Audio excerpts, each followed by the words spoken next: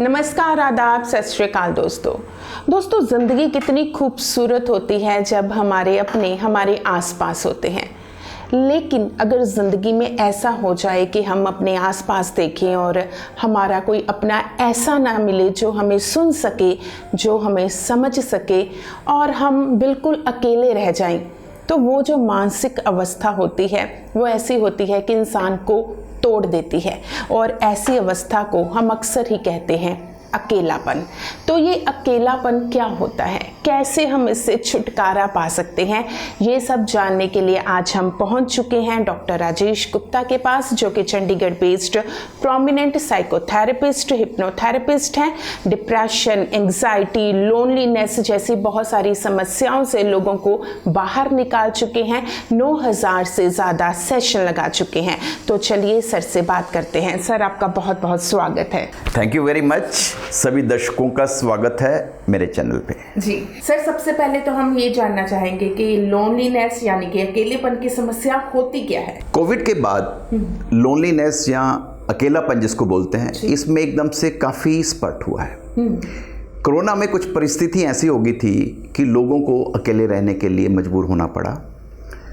Loneliness एक बीमारी नहीं है शुरुआती दौर में, ये एक जो मेंटल स्टेट ऑफ माइंड है। तो इसमें जो है कि आदमी सबके आसपास होता हुए भी, एक भीड़ में होता हुआ भी अपने आप को अकेला महसूस करता है। और बेसिकली ये सेक्लूडेडनेस से डिफरेंट होता है, बिकॉज लोनलीनेस जो होता है इसको हम एक स्टेट ऑफ माइंड बोल सकते हैं, where is secludedness is voluntary. इन दोनों में बेसिकली डिफरेंस ये है कि लोनलीनेस में it is a feeling of mind. जी, हमारे पास सभी मेंबर्स होते हैं, दोस्त होते हैं, लेकिन फिर भी हम अकेलापन महसूस करते हैं। वेयर सेक्लूडेडनेस में हम वॉलेंटरी होते हैं। जैसे फॉर एग्जांपल हम अपना मेडिटेशन करने के लिए अकेले हो जाते हैं, या कई बारी हम कुछ तंग होके कुछ अकेले रहना चाहते हैं। तो ये डिफरेंस होता है। जी सर, अकेलापन किसी भी सूरत में अच्छा नहीं है, ये हम सभी जानते हैं, क्योंकि बहुत सारी समस्याएं अकेलेपन के कारण ही जन्म लेती हैं। लेकिन फिर भी पूछना चाहेंगे कि अकेलेपन का इंसान की मेंटल सिचुएशन या हेल्थ पर या उसकी सोशल लाइफ पर क्या क्या प्रभाव पड़ता है। सब उसको देखने से पहले हमें देखना होगा कि इसके कॉजेज क्या है। जी, अकेलेपन के कई कॉजेज हो सकते हैं। जैसे कई इंसान जो हैं वो इंट्रोवर्ट होते हैं। बिल्कुल, जो इंट्रोवर्ट होते हैं वो नॉन भी इतनी जल्दी घुल पुल नहीं सकते, तो वो जब कभी नई जगह पे जाते हैं तो अकेलापन महसूस करते हैं। It can be cause as a sequel of depression में हम एकांतपंथी हो जाते हैं। अगर हमें ओसीडी या बाइपोलर कुछ इस तरह की साइकोलॉजिकल इश्यूज हैं, तब भी हमारे मूड स्विंग्स होते हैं, हम लोगों से मिलना जुलना छोड़ सकते हैं। कई बार हमें सोशल स्टिग्मा करके भी हम लोगों को फेस करना बंद करते हैं और हम एकांतपंथी हो जाते हैं।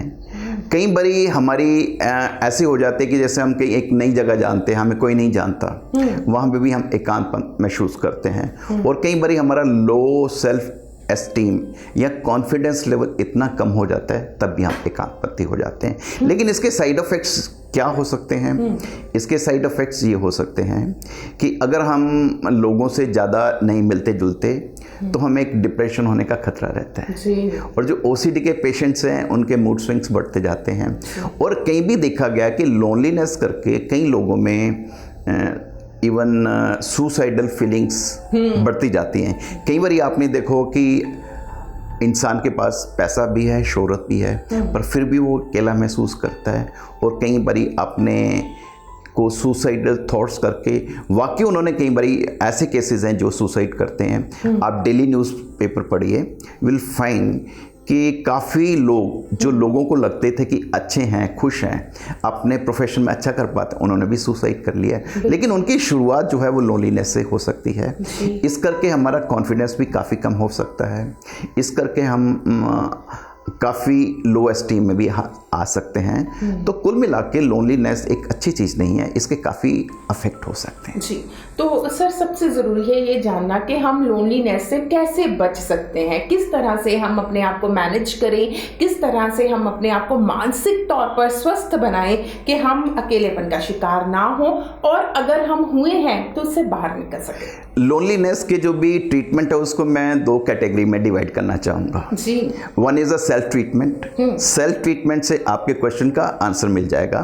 तो जब भी हम लोनलीनेस फील करें तो हम कोई अपनी हॉबीज़ डेवलप करें, जैसे गार्डनिंग कर सकते हैं, जी, पेंटिंग कर सकते हैं, कई लेडीज़ हैं कुकिंग बहुत इंजॉय करती हैं, हम नए लोगों से मिलने की कोशिश कर सकते हैं, हम सोशल ग्रुप ज्वाइन कर सकते हैं, हमारे जो कोई पुराने फ्रेंड्स हैं हम उनसे भी कांटेक्ट कर सकते हैं। तो ये तो कुछ ऐसी चीज़ें हैं, और इसमें कई बारी हम कोई अपने एक्सपीरियंसेस लिख सकते हैं, बुक्स पढ़ सकते हैं, हम अपने बच्चों से ज़्यादा मेल मिलाप कर सकते हैं, कोई नई गेम, जीवन में कोई नया टारगेट, तो इसको मैं कर सकता हूँ कि अगर इस तरह से आप सेल्फ ट्रीटमेंट करें अच्छा है।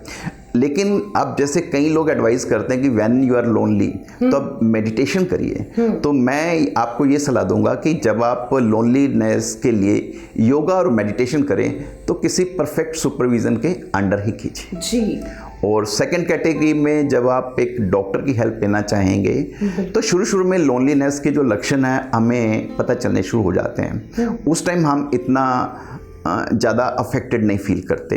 बट जब आपको लगे कि लोनलीनेस बहुत ज़्यादा हो गई है तो उसको मैं डेफिनेटली कहूँगा it becomes a mental disorder. उस स्टेज में आपको थोड़ी सी प्रोफेशनल हेल्प लेनी चाहिए। जैसे आप किसी डॉक्टर से दवाई ले सकते हैं अगर आप दवाइयों पे करना चाहते हैं, बट डॉक्टर के पास जाने से पहले मैं आपको सलाह दूंगा कि आपको किसी काउंसलर या कोई ऐसे अच्छे दोस्त के पास जाना चाहिए जिससे आप सारी चीज़ें शेयर कर सकें। लेकिन आजकल इनका सबसे अच्छा जो ट्रीटमेंट अवेलेबल है that is in hypnosis. Hypnosis के बारे में लोगों में बहुत मिथ है।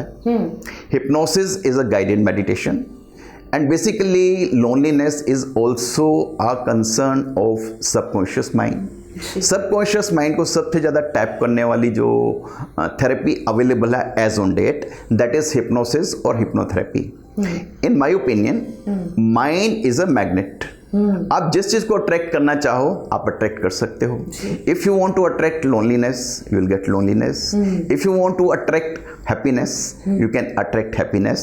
If you want to attract some more things you can attract through subconscious mind. So through hypnosis आप अपने सबकॉन्शियस माइंड को जिस तरफ भी आप अट्रैक्ट करना चाहते हो वो कर सकते हो, और हिप्नोसिस के कुछ ही सिटिंग्स के बाद आप लोनलीनेस से आप एक सोशल पर्सन बन सकते हो।